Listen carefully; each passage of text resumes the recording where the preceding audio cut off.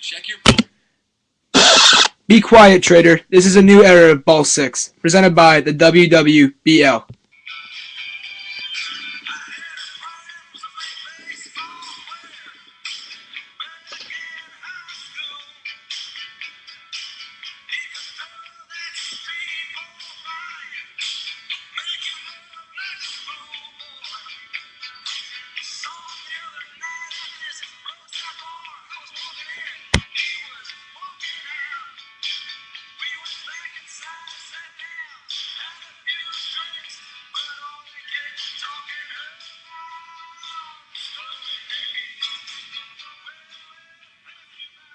Of the Ball 6 podcast, Kevin Raybacks alongside only Jake Thaw. I'm sure you've all watched the Chatting Cage. Really great episode. I'm pleased with 95% of it. Very funny, great addition, but I don't know why they had to come after Ball 6. I think it was partially my fault. I think I'm definitely the reasoning for that. Besides the point, but Dylan Ward, as you heard in the intro and the opening song, and as well as our former producer Shane Raybacks are gone, so now it's just the two founders, myself and Jake Thaw, but hopefully you guys enjoy both segments, not one or the other. So let's recap this past week. All right, I'll start off with the league leaders. So you, Kevin, are actually leading the league in average, batting 500, stellar 500. Definitely. The fact check you, that's fake news. Mark Didio's leading the league in average with. Oh, I apologize. I missed that. I'm sorry. Mark Didio leading the league with a 574 average. Also tied with Kevin for 16 homers. And also leading the league, tied in RBIs with 32 RBIs, tied with Kevin Greer. And then over in the pitching category, we've got Andrew Moy leading the league with a .98 ERA through 21 and a half innings of work. Also leads the league with 7 strikeouts, but falls also leads the league with 7 wins, but falls 4 strikeouts short of leading the league in strikeouts behind Mark Didio. All right, so Kev, I wasn't there this past week. Want to tell me a little bit about what happened, the more vivid details. Well, there was more of the truth dominating. They were a little quiet, but they, of course, got the job done. They still sit in first. In second, this is a very tight race, as you saw in Chatting Cage race for second place. Second place is the Swarm right now. Ben Russo was very dominant on the hill. Kevin Greer was dealing with an injury, so we're not going to get into the specifics there. His doctors wouldn't want that, but he didn't play much, so Shane Rayback stepped it up. In third are the Outlaws. It was just myself this week, but we're in a situation that we can take that second place spot. And fourth is the Canes. All teams in the league are very even and very, very excited to see what's going to come in the next 6 or 7 weeks. But, I guess the week, it was a good week, not a great week, not a bad week for sure. Missing a few guys is never good. You always want to have the full rosters, but I was pretty happy with the turnout. Would have liked to play 2 days this weekend, but we only played Saturday for about 7 hours, so I guess can't ask for too much. Any candid moments, or just really just same old, same old? Nah, nothing. There was some shenanigans going on. The Chatting Cage was filmed during it, so there was some good behind the scenes stuff that we were able to see. But yeah, you didn't miss too much, Jake. Don't worry. That's good. So, all right, let's get right into Fireboy and Water Girl. So I'll start my Fireboy of the week, mostly because he's actually made me his puppet. Ryan Smith. He's the Fireboy. He is the creator of the Chatting Cage. I'd say the best video piece of media we've had on this channel in our league history. Chatting Cage, if you haven't watched it yet, make sure you go watch it. Great stuff, really funny video.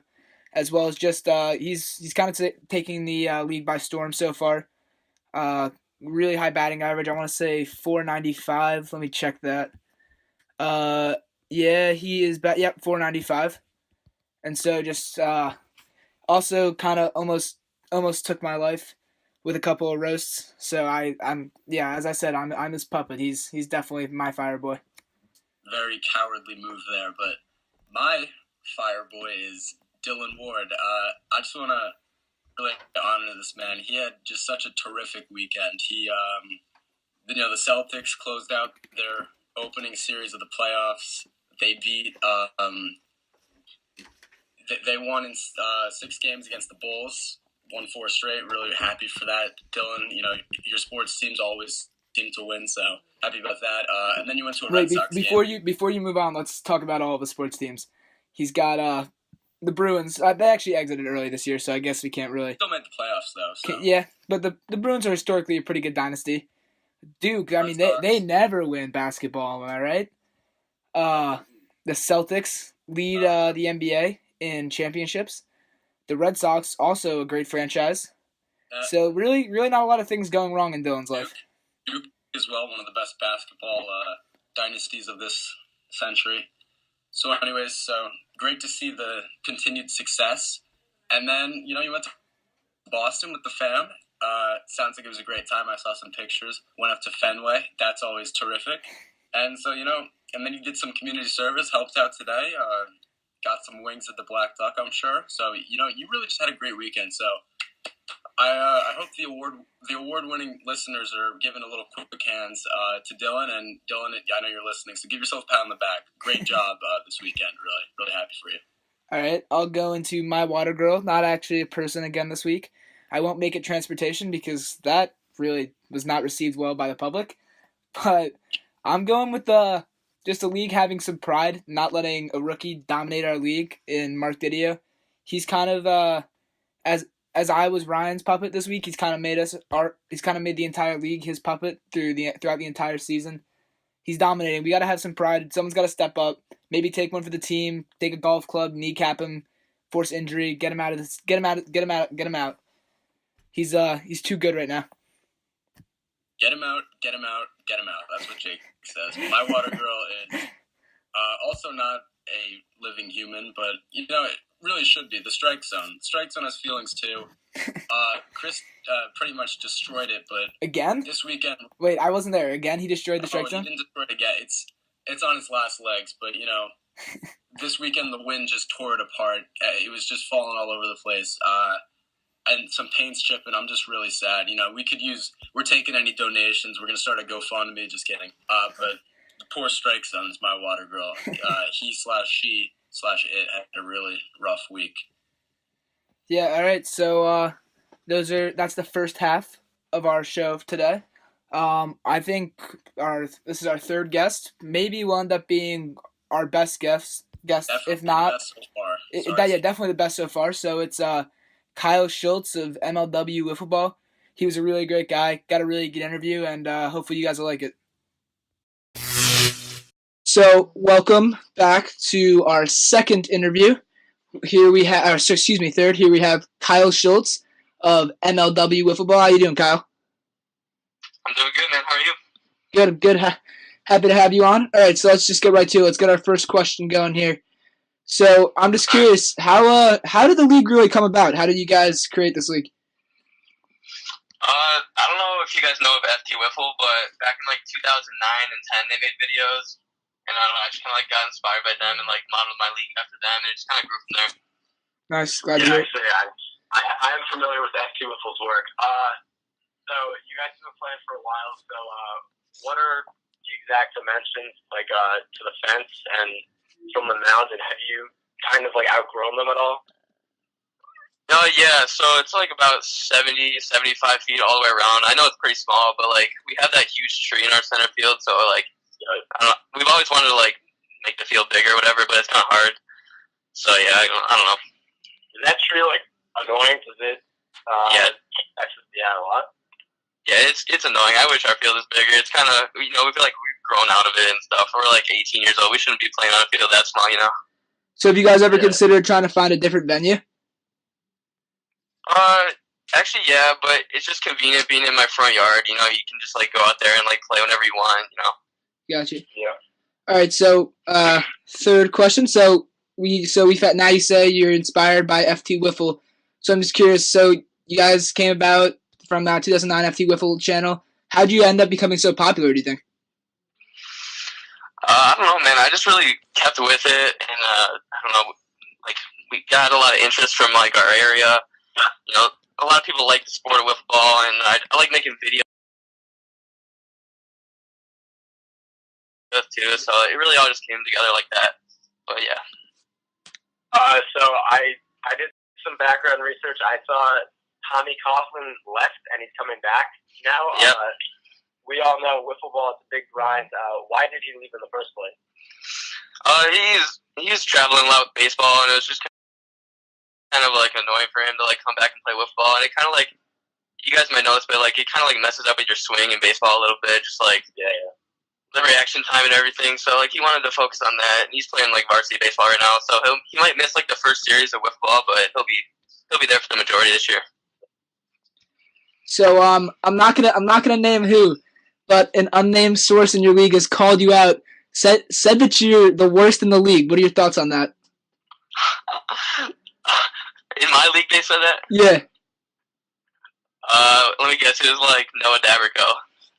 I'm gonna protect the name, but I don't agree with it. I've watched the videos. I don't agree with it. I think you're a stellar wiffleball player, but I'm curious what you have to say about that. Thanks, man. Well, I'll just let my numbers speak for themselves. I've won MVP multiple times, and I've won 5 rings, so I don't know what they have to say about that. How'd you guys get so many sponsorships, too? We just we emailed them, we tell them about our league, we talk about our YouTube channel and how many, like, subscribers and everything we have, and they just they like how they can give us a banner and we can, like, advertise their company, get their name out there, so that's pretty much how that goes. Do you profit at all from that or not? Do we profit? Yeah. Not really. We mainly just get profits from, like, our YouTube, like, ads or whatever, like, our partnership on YouTube and stuff like that. But it's not that much anyways. Oh, aren't you guys with, like, wait, I could be wrong. Whistle Sports? Did I hear that? Yeah, we're with Whistle Sports. We've been with them since 2014. Wow. Yeah. What about our night games? Are those effective with like the lights and everything? Yeah, we've had a few. We didn't have any last year, but we could have. But we're looking to get some more this year, and they're pretty fun. You know. Do you guys have night games? No, we're looking into it, but yeah, not yet. Yeah, I'd recommend it. They're fun, but it's just kind of hard, like getting everybody there on one night and like buying all those lights and everything. But yeah. So I'm just gonna throw caution to the wind. Try out this new segment here. Kevin doesn't even know of this. I'm going for it. All right. So I'm gonna name 5. It's kind of similar to a segment we did in our first episode, which we called Family Feud, which I named 5 categories, and then our producer Shane Raybacks had to correlate them with someone in the league. So I'm gonna do that for you right here. So. Question 1. We're big beef starters on this podcast, by the way. It's only our 3rd episode. I'm sure you probably haven't listened yet. So just get ready for this. Big beef starters. So who is the ugliest in the league? Ugliest in the league? In MLW? Yes. Oh, man. I'm going to have to go with Drew Davis on the Cobras. Wow. I hope Drew Davis listens to this, and I hope beef has been started. Oh, yeah, I hope he does. All right. 2nd, most likely to run through the fence and lacerate themselves all over. That'd definitely be Kyle Garricky. Kind of a clumsy guy. He's all over the place. He's not a very good wiffle player, so that'd be something he would do. Let's zoom in right through these. Third, who's the most likely to throw a temper tantrum and threaten to quit the league? I'm going to have to go with Noah Dabrico. He's got some anger issues that he needs to work through. I promise you we have a kid like that in our league. Yeah, you always get a kid like that, whatever. 4th question, who is the most likely to wear sunglasses on a cloudy day? Ooh, that's a good question. I'm going to have to go with either Brennan Russell or Jack Agner, one of the Predators. They like to wear their sunglasses a lot. All right, how about most likely to trip over their own shoelaces? Oh, man, I'm going to have to go with probably Ryan Crashed. Wait, how many kids are in your league? This year, let's see, we got like 6 teams of 4. It's like 24. Damn. 6 teams, right? Yeah. Awesome. All right. Well, thanks a lot for taking your time out of the day to do this. Thanks, Kyle. Yeah, no problem, man. All right, welcome back to Ball 6, Episode 3. Really great interview. Thanks again to Kyle, and wishing lots of future, even more success to the MLW Wiffleball. Really great thing we've been following over the past few years. So let's get into our next segment. Who's back of the week? Jake, who's back of the week? Who's back? I've got Drew pretending he'll play being back, because every week he acts like he's making an effort and he's like, "Yo, when are we playing till?" And it's always the same answer. We'll play as long as it is till it gets dark out, and then 7 o'clock rolls around and he's like, "Oh, I thought we were playing till 3, so I was at the Y again." But I can't get too mad at him. He is getting that work in. Also, he was a pretty good guest, so I don't want to necessarily scare him away. But my who's back of the week is Drew acting like he's actually going to ever play. Unfortunate that Drew is too nice of a kid to ever really start beef back at you. But you've been talking about Drew negatively on this show a lot, Jake. Well, I know. Here's the deal. Drew and I kind of got that little, maybe not on his side because he's a little more private. But Drew and I have that. He's like, it's like a brother rivalry. He's like it's a brother rivalry. Private is definitely a good word. Which would actually make sense because he's technically my brother, as he's Rusty and I'm Celestial. Let's not start with this. Drew doesn't want to hear that either. So I've got a few. Who's back? Beef. Lots of it. Best time of the year. The playoffs are knocking on the door, kind of far away. But we saw teammates Dylan and Jake go off on the beef. Ryan. Lots of people went after Jake. Jake was actually involved in pretty much all of the beef, but my who's back is beef. I couldn't escape it. It was pretty bad. No, you couldn't. I've also got heat. It's starting to get hot out. No pool, unfortunately. I wish we could do that, but nope, no pool. Heat. A lot of guys were sweating, myself included. Heat's back, but in multiple ways. Veneruso was throwing heat this week. He was meeting the pitch speed requirements. He was throwing heat, but you can also see his temper starting to heat up. Later in the year, I'm predicting a meltdown. All that heat's just going to come out oozing. That's a lot of heat. That's a lot of heat. A lot of heat coming in. And then bugs, lastly, which the heat's back, so I guess the bugs are back. Speaking of bugs, quick segue. I know everyone in the league already told me that nobody cares about my personal life. But there was the biggest bee I've ever seen in my life, and it flew onto my head today. Actually, in this room, and I ran out screaming like a little girl. So technically, I'm also the water girl. Yikes, that's probably not going to go over well with the award-winning listeners. So let's segue now into our Family Feud. Due to popular demand, it's back. We're sorry it was ever gone. The voice of the WWBL. You probably recognize this voice that I'm about to introduce to you. Brian Raybacks, welcome. Thank you for being on the show with us. Oh, no problem. I'm proud to be on Ball 6. All right, so Family Feud, you know how this goes, I hope. So I'm just going to ask you a few questions. First up, we got most likely to be afraid of the new dog at the house in the field, Young Murphy. No, I'm going to go with Luke Yokoy on that. I don't know. The correct answer was Kevin Greer. Can I give a quick explanation as to why it was Kevin Greer? Yes, I'd really like that. Okay, so as you might know, there's been several comments about it in videos, in our podcast already. Kevin is a rat. He looks like a rat. He acts like a rat. Likes a lot of cheese. Pretty much, he would be so small because he's a rat, and he'd be terrified of the dog because the dog would be like a big giant to him. That's my theory.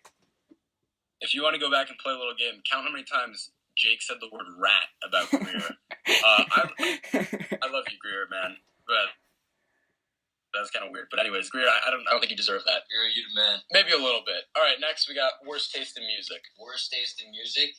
Oof.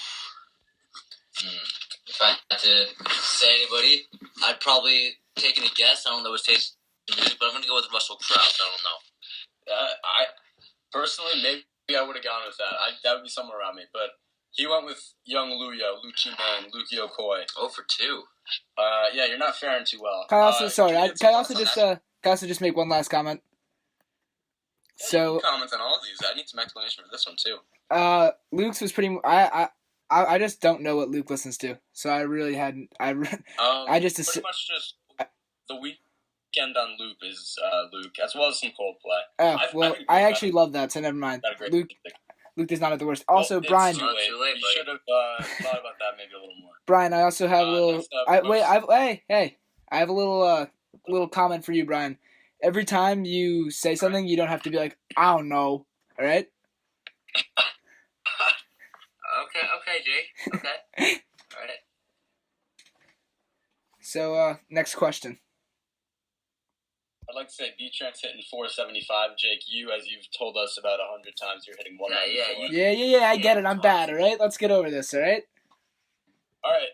One thing you do have, though, Jake, you got some swag. So, Brian, who do you think has the most swag in the league? Most swag in the league? Moy. Moy's also a good choice, but Jake went with Dylan Ward. What? Ward's got some swag. You see him dance to California Girls? That was incredible. Wait, sorry, what was that? Do you see his dance to California Girls in the chatting cage? That was amazing. That was very good. I gotta all right. How about next question? How about who, when they get hit by a pitch, is gonna rub it? Who's gonna not take that like a real man does and a real champ? Signing between two people. Who are they? Either Ryan Smith or Kevin Gurr. I'm gonna go with Ryan Smith. Man's a softie. Can't disagree with you there, but he went with Russell Crouse. I also thought the only reason why I picked this is because Russell pouted and said he doesn't want to talk about it maybe like 8 times after he struck out. So I figured there was a little bit of crying inside of him. I think you're a poor choice to be asking these questions because everybody knows that Russell really doesn't feel much at all. Yeah, it's actually kind of true. He's kind of a beast. I was pretty bad at this. So I'm not gonna lie to you. Next up, I gotta get one. You're definitely gonna go 0 for 5. Commitment. Who's the most committed in the league? Most committed in the league? All right, that's really going outside of It can be anybody affiliated with the league. I'll go with Kevin Radebex. I don't know. Hey, commish. I mean, can't disagree with you there, but he went with the triplets for some reason. Well, all right. I'm now realizing how bad these answers are because I need to explain it. So let me explain this one. The triplets, day in and day out, are always filming our stuff. They'll go up to the I don't even know what room you want to call that, but they'll go upstairs and they'll film from upstairs, and you could leave the camera there if they wanted, but they're so into it and so committed that they just stay there and have a good time and apologize when they leave. That's why I think they're so committed. Respect. I do remember that. Respect. Now that we got you here, Brian, thank you. Let's compare you to past guest Shane Rayback, who's the current Family Feud champ. He went 4 for 5. You went 0 for 5. Yeah. That's an 80% difference. But while we got you here, let's get your opinion. What do you like better? The chatting cage, possibly a one-hit wonder, or the consistency of ball 6? Not to be biased at all, but I got a very big kick out of the chatting cage that was released a couple of days ago. Yeah, right now I think the chatting cage has potential. All right, see ya. Thank you for being here. Thank you for your time. Goodbye. Bye. Yep. All right. Yeah, we'll probably cut that. Just get out of here. Yep. See ya. Thanks. All right. Thanks, guys. Yeah, you're not welcome. Bye. So that was Family Feud with B-Train. Not go how I planned. So let's get into our next. Should have known that was coming. Next segment. This is a one-time segment. Likely won't have to be reused. But we're calling it Benedict Arnold. For those that don't know who Benedict Arnold is. Record. I'd say that I did not agree to this name, and I think it's pretty dumb. It makes a lot of sense. Ice Cube used it in one of his diss tracks, so I think if you call it dumb, it's not really okay. Anyways, Benedict Arnold. So if you don't know who he is, he was a war general fighting for the U.S. in the American Revolution, and then kind of cowered it out and was like, "Ooh, It was kind of like a Durant move. He was kind of like the slithery snake, and was just like, if you can't beat him, join him. And went to the British, but we all know what happened to the British. So Benedict Arnold is Shane Raybacks. He left our podcast thinking that there was more promise in the chatting cage. I'm trying to get him to come back because I do have a great spot in my heart for Shane Raybacks, but it seems like there's going to be tough negotiations. I'm not sure he'll agree to our demands. You lost a job. I don't know. You pretty much shot yourself in the foot, man. You got nothing going for you anymore.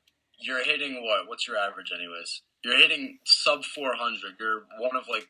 You're one of 3 players in the league to be hitting sub 400, and one of them's me. And that you have any off the field entertainment, so you got nothing going for you. Yeah, because that's also what's kind of unfortunate is you left our podcast and Dylan, you were just filling in for Dylan, so now you're really on no videos. So I'm sorry, Shane.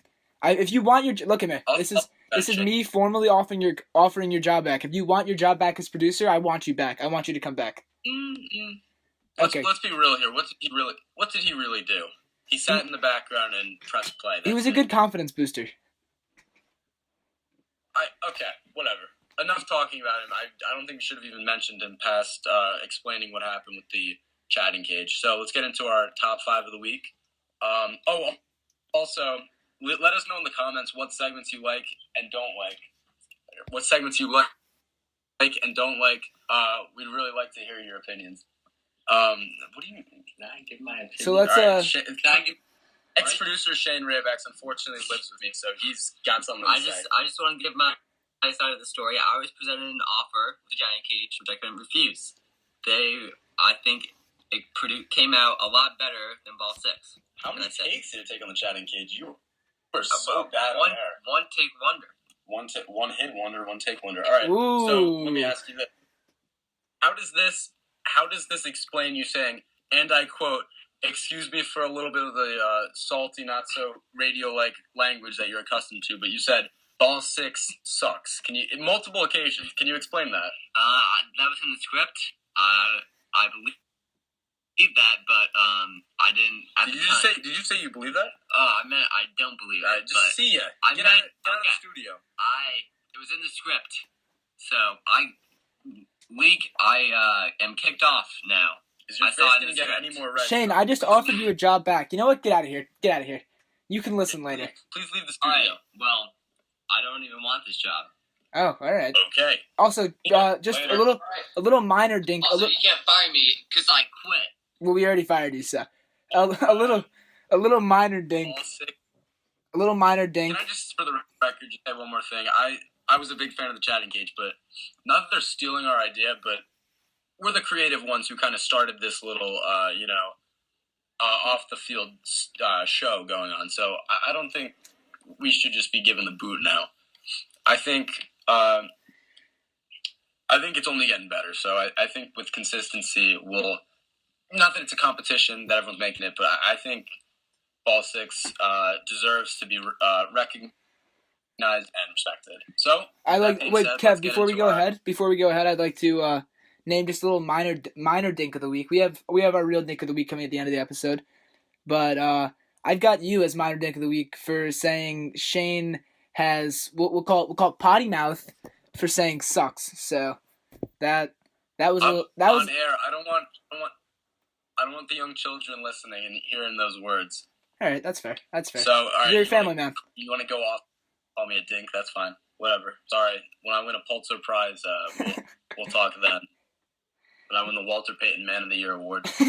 So, top 5 of the week. I'm a little rattled by that. Not gonna lie, that was just named Dink of the Week. But I guess you were my Dink of the Week last week. So, anyways, top 5. This week it was. What was it? It was top 5 excuses for missing Wiffleball. Okay, so you can go first. So, should you want me to say all 5, or should I just go? Should we switch and rotate? All right, yeah, fine. I like that. I like the way you're thinking, son. All right, so we'll start with So it's 5 being least worst of an excuse, and then 1 being the worst excuse. So 5. Thank you. 5 would be community service being having priority over Wiffleball. I mean, I'm really disappointed in you guys. I really thought you guys were committed, but I guess helping out poor children is actually a bit better than Wiffleball. Of course we're kidding. Community service is a great thing. We encourage it everywhere. Yikes! That's all I gotta say. My 5. It's kind of an ongoing joke, but just the mysteriousness that comes with Drew Rogers. Is he in the league? Yes. I promise this hopefully will be the last time we're talking about him, but every week he loves the environment. I don't blame him. It's a great environment. Really, anyone that's listening, you guys miss out on the environment. It's very competitive. It's great, but every week he just has some kind of weird excuse that we never hear about. It's just why you keep asking me, bro? That's it. It's just weird. It's mysterious. I don't know. So that's my number 5. What do you got for number 4, Jake? I've got recent. This is recent. This is last week. We already gave him some heat, so I'm just gonna leave. I'm not gonna go into detail. I'll just leave it at Chris Veneruso skipping to go play some airsoft. I'm not. What do you call it? Airsofting or go play some air? I wouldn't know. I don't think you're not playing. You're out there trying to survive, man. Survival of the fittest.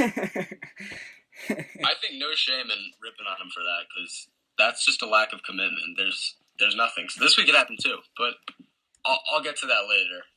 My number 4, I guess it's prioritizing, but really putting your actual family before your brothers out there on the wiffleball field. Any sort of family conflict you have, that can never come before your passion, what's keeping you on this earth, what you were born to do, which is win wiffleball games. Obviously kind of kidding, but that's my number 4. Number 3, we have a lot of similar, I think we have the same top 5, but not in the same order. So my number 3, yeah. My number 3 is the excuse of Drew pounding his fist and just saying dude over and over again, but never actually getting the punchline. Just fist pound and dude, and just kind of continuously doing that, and then he shows up and doesn't play, and no one really knows what's going on. Drew Rogers is yet to record an at-bat, but yet he's probably the most popular name on this podcast. Very interesting. That's because he's a man of many talents. We all love him. Yeah, you gotta respect the man. Definitely appreciate his presence, or not so much presence in the league. My number 3, it's basically just Russell Krause. Whether it's spring training of the Mets game or like 12 o'clock in the Masters, watching like Ernie Els decide, golf's he doesn't have it anymore and he's shooting +8, but whatever. Russell always seems to have some kind of sport watching conflict. He's at the game, but he's in right field watching the third quarter of the Michigan game that they're up 56-14 on his playing phone. like UL Monroe. Yeah, right. It's very strange, but that's my number 3. Come on, man. My number 2, but my actually last 2 are also going to be Russell. So they were just mentioned. Russell skipping, or at least coming late, so that he could watch the +2 of the Masters that were almost guaranteed to miss the cut. Had actually zero importance, but he felt it was necessary that he watch and try to study off of their poor play.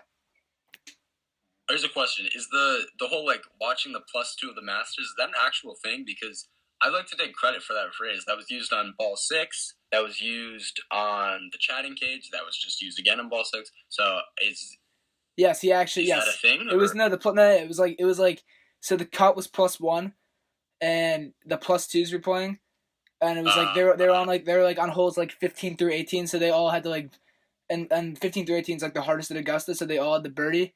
And obviously none of them did it, so they didn't make it. So he's pretty much just watching a bunch of washouts. Yeah, okay. My number 2, Chris, I'm sorry, man, but it's the airsoft thing. Really, this could have been number 1. I just don't understand how every week. I mean, I guess you're going to war. I love it, but I don't know how that comes before wiffleball. And you say after last week, you said that's it.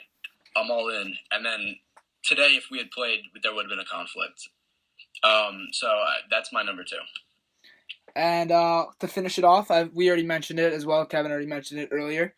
But to finish it off, I've got Matt Harvey. Russell decided to show up late again, and he was the only person that was actually he was gonna have to field his own team. It was just gonna be him by himself. But he decided to show up late so he could watch Matt Harvey pitch 2 innings in a meaningless spring training game. And it wasn't even his first start. It was his 3rd start in spring training. But he decided to show up late. The live work.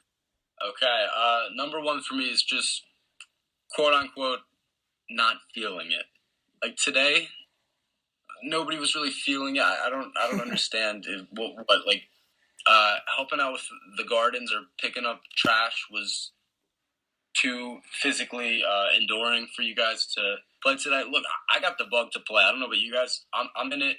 I'm not in it for myself. I'm in it for this team and for the love of the game. So I don't know. This has happened before where people just don't really feel like playing. I just don't get it. I mean, of course, at some point it becomes too much, but right now we're hitting stride, fellas. So we got to step that up. I'm not sure about that. I'd have to agree. All right, so let's get right into Dink of the Week. Kevin, who's your Dink? Well, first of all, the Dink is a phrase coined by the one-man throw ride, so I think obviously there's some shame in being the Dink of the Week, but there's never too much shame. So my Dink is Ryan Smith, but there's a lot of respect there. You gotta be after you just ruthlessly went after Jake, which was actually very funny. I gotta protect my boy. But also just the whole chatting cage and creating just not animosity, just creating beef that we didn't ask for with the Ball Six podcast. I just don't understand it. I was excited to coexist with the chatting cage. We've been promoting it, but you went after us, and that's not cool. And also, I forgot to mention this in my Who's Back of the Week, but Who's Back is Ryan struggling in the wiffleball field. You might remember he was the player of the week after week 2. He had the hot hand. He was hitting near like 700, and now he's back down at 495. He's slowly putting up Jake numbers. Oof. Slowly. Is that what we're going to start calling it? He's really pulling a Jake. I think Jake's going to start performing, and Ryan's just going to continue deteriorating until the Canes fall off the map, because Didio is now as hittable as ever, and I'm very confident we'll lose. All right, so my Dink of the Week. I know everyone always yells at me for talking about myself in the show, but this is not going to be a compliment to myself. My Dink of the Week is me. I endured maybe more beef in these past 2 weeks, more beef and hate in these past 2 weeks than I have in my entire existence in the league. I'm not sure anyone's really ever gone through this feeling, so let me just kind of describe it to you. It was like I was shot 100 times through the chest and then sent down to Hades, and then Hades was like, he's too ugly, we don't want him. Set me back up. Ryan revived me, put me in a cell where there were sound reflecting walls, and I had to listen to Gangnam Style on loop for the rest of my life. And sorry, we're gonna have to bleep that out, sir. I don't know what that was. It was pretty much a treacherous experience. All right, clearly you're traumatized. All right, I don't know why you gotta talk. You're just asking for more, Jake. I don't get it. What I'm asking for now is mercy. Just please have mercy. Yeah, actually, Jake's been texting me. Jake is kind of an emotional wreck right now. My self-confidence is completely destroyed. But you know what? When the Outlaws start hitting their stride, you'll be right back up there. I sure hope so. I'm not too concerned with that. Either of the award-winning listeners. All right, so that's our show. Anything else you'd like to say? That's our show, I believe. Do you have anything else, Kev? No. Really, right. Just let us know what you think. Really. Yeah, really. We're trying to gauge interest, so just let us know what you think, what you'd like to see, what you didn't like. We're not that we're really bringing in a ton of viewers on YouTube, but we're somehow bringing in even less on SoundCloud. So SoundCloud's being thrown out the window. We're not doing that anymore. We're just gonna stick to YouTube, and hopefully you guys like the episode. Just one last special thanks to Kyle Schultz for coming on as a guest. Again, probably will be our best guest, if not our best, one of the best. We're up to business is booming right now. I don't be too sure of that. Yeah, definitely up there, but stay woke.